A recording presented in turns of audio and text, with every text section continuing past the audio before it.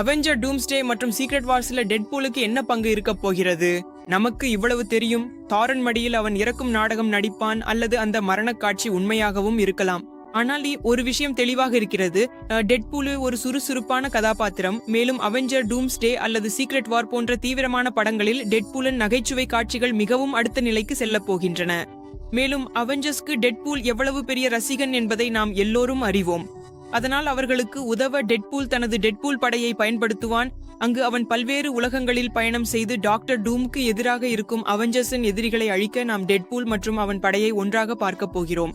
மற்றும் அவெஞ்சர்ஸ் டூம்ஸ்டேன் முடிவில் டாக்டர் டூம் டெட்பூலினால் மிகவும் தொந்தரவு அடைவார். அப்போது நமக்கு கடைசியில நம் அன்பான டெட்பூலுக்கு விடை சொல்ல வேண்டிய நேரம் வரும். இதுவே டெட்பூல் 3 தாரை குறித்த அந்த காட்சியுடன் இணைக்கும் முக்கியமான தருணமாகும்.